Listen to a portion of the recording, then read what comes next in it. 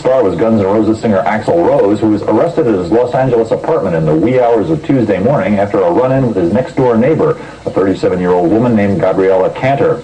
She charged that Rose had shouted at her when she came home at about 2:30 in the morning, tossed her condo keys off the 12th floor and down to the ground, and then took a wine bottle she was carrying and hit her in the head with it. Released on $5,000 bail a few hours later, Rose had a rather different take on the incident. I live next door to a psycho. Yeah? She been out any there? She's been going on for a couple of years now. Yeah? Yeah. What do you want from me? What can you say on that? What can you say? I'm good riding. See you in court.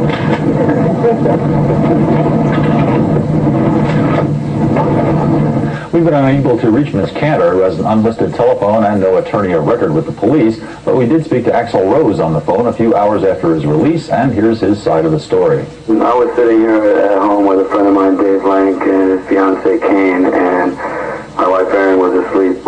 She had a miscarriage last week, and she's just been in bed. And my neighbor was out in the hallway at about 1:30, drunk and yelling to talk to Dave. And she doesn't even know Dave. She just seems to latch onto my friends from Indiana.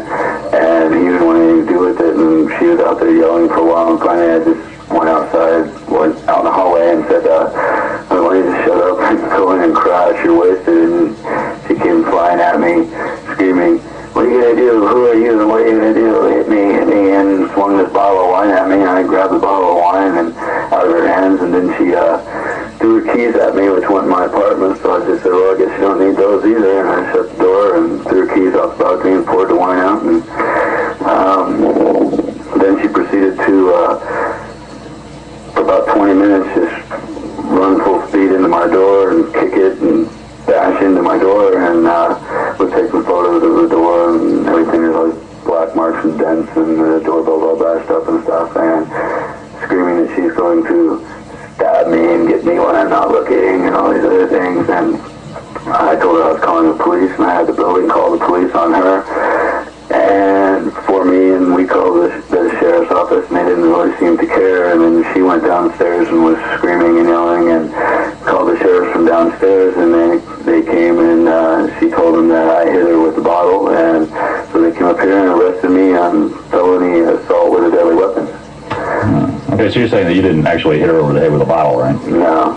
Okay, has this been going on for a long time? Yeah, it's been going on in a way that she's been warned by the building if she bothers me or knocks on my door in the middle of the night and yells and whatever, that she's going to be fined by the building for disturbing and constantly keeping it up. Her big thing is to throw parties because she lives next door to Axl. I get calls from club owners and stuff all the time going, you're in for another one tonight. Gabby was in here and she was drunk and, saying she was next door to you. It's funny, people like Madonna's dancers and stuff are always knocking on my door and fucking strange hours of the night.